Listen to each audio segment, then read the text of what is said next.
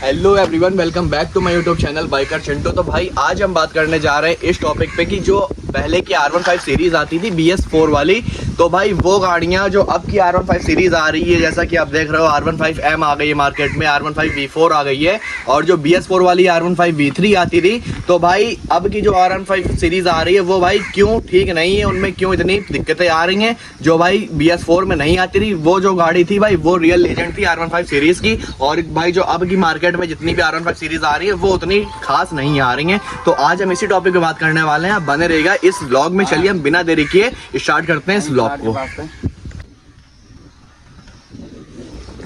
तो भाई हम सबसे पहले बात करेंगे R15 V3 BS4 की, जो कि भाई 2018 में लॉन्च हुई थी। क्योंकि भाई जब 2018 में V3 लॉन्च हुई थी तो भाई उस गाड़ी ने पूरी मार्केट हिला कर रख दी थी। वो इस वजह से रख दी थी क्योंकि भाई 2018 में जैसे किलर लुक्स भाई वो गाड़ी देती थी V3, भाई उस टाइम पे वैसी लुक्स और वैसी पावर भाई 150 सीसी सेगमेंट में कोई गाड़ी नहीं देती थी।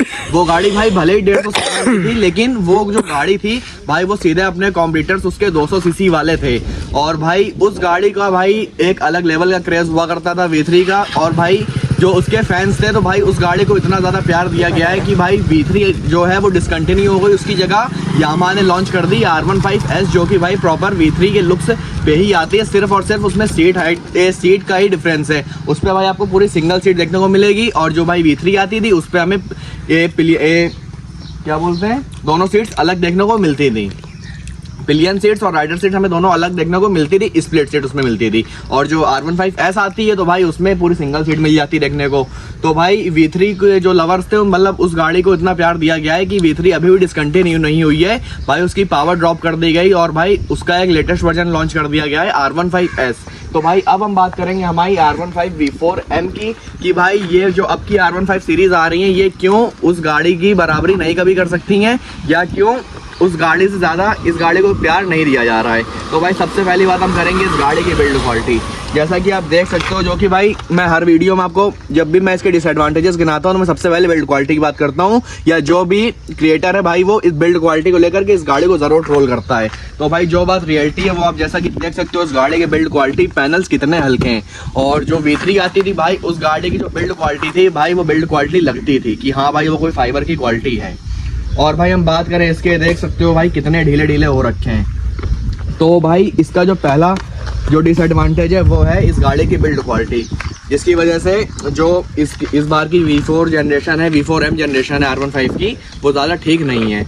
और भाई इसकी सबसे दूसरी बात, V3 में आती थी पावर, वो गाड़ी अपने टाइम पे पावर देती थी 19 पॉइंट कुछ bhp की, वो हमें पावर निकाल के देती थी। और भाई ये जो अब की V4 सीरीज आ रही है, M सीरीज आ रही हैं, या आप ये बोल सकते हो जो अब की R15 सीरीज आ रही है वो उतना अच्छा पावर नहीं निकाल के दे रही है। तो भाई यामाहा ने पहले तो ड्रॉप किया अपना पावर, एक तो उनके पास पावर वैसे भी कम थी, और भाई जब नई सीरीज इनकी आई तो उसमें और पावर ड्रॉप कर दी।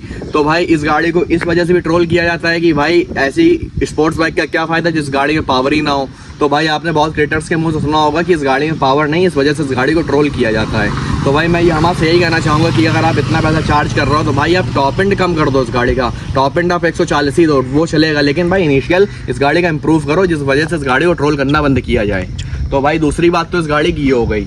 अब हम बात करते हैं इस गाड़ी के तीसरे पॉइंट की भाई, जो कि काफ़ी ज़्यादा नोटिसेबल पॉइंट है, और वो इस गाड़ी की चीज़ भाई काफ़ी अच्छी है। V3 में हमें मिलता था सिंपल सा मीटर, सिंपल सा हमें इंस्ट्रूमेंट क्लस्टर हमें V3 में मिलता था, लेकिन भाई जैसा कि आप इसमें देख सकते हो इसमें हमें भर भर के फीचर्स देखने को मिल जाते हैं। यहाँ पे हमें राइडिंग मोड्स वगैरह देखने को मिल जाते हैं, लेकिन भाई ये राइडिंग मोड इसमें 2 देखने को मिलते हैं, एक इसमें आपको ट्रैक मोड देखने को मिलेगा, एक इसमें आपको नॉर्मल मोड देखने को मिलेगा।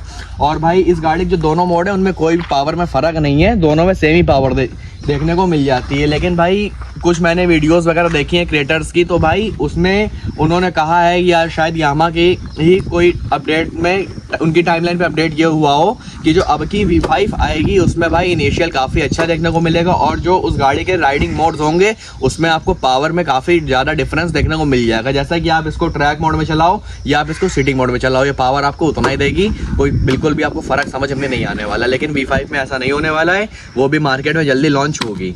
अब कब लॉन्च होगी, अगर मुझे कुछ उसका अपडेट मिलता है तो मैं आपको बता दूंगा।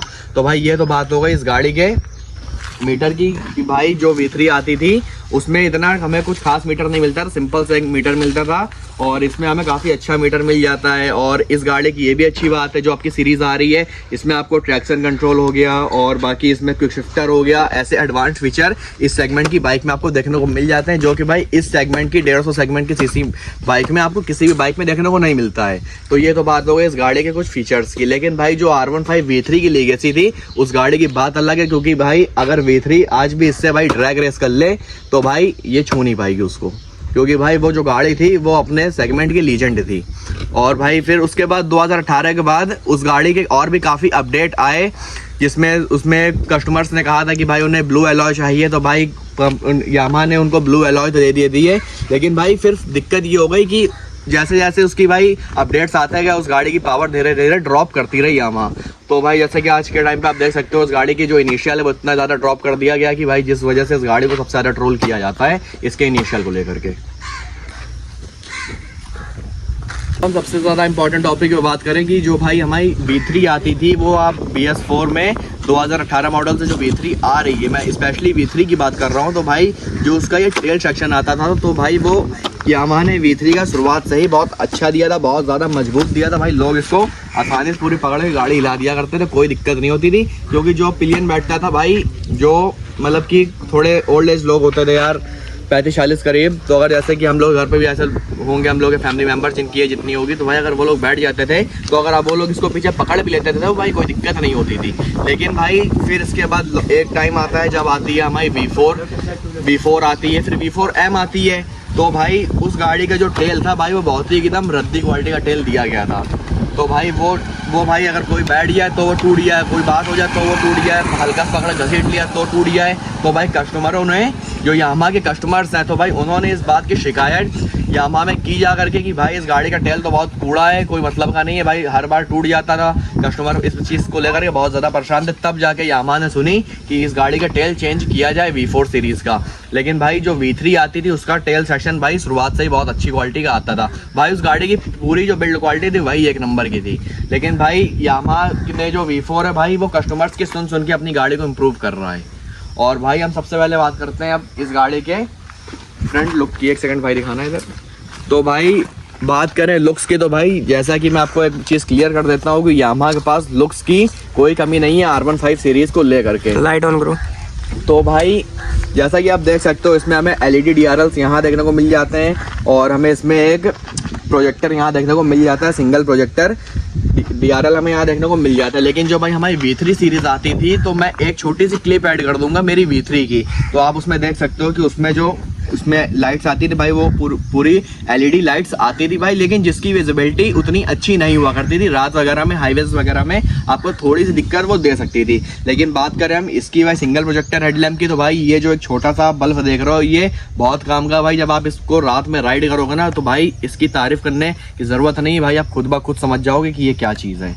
तो भाई ये तो बात हो गई इसकी विजिबिलिटी की। तो भाई आज के लिए बस इतना ही। ये था मेरा इस गाड़ी को और V3 को लेकर के छोटा सा कंपैरिजन कि भाई जो V3 सीरीज आती थी लोगों ने उसको इतना प्यार क्यों दिया, वो गाड़ी क्यों लीजेंड थी और भाई उस गाड़ी का तहलका क्यों था है और भाई आज भी रहेगा। तो भाई इस वजह से बस मेरा ये वीडियो बनाने का मोटिव था। आई होप आपको वीडियो पसंद आई होगी, तो चैनल को लाइक शेयर एंड सब्सक्राइब करना ना भूलिएगा। तो चलिए भाई हम मिलते हैं किसी नए ब्लॉग में, तब तक के लिए बाय बाय, जय Shri Ram. E como ficar rico?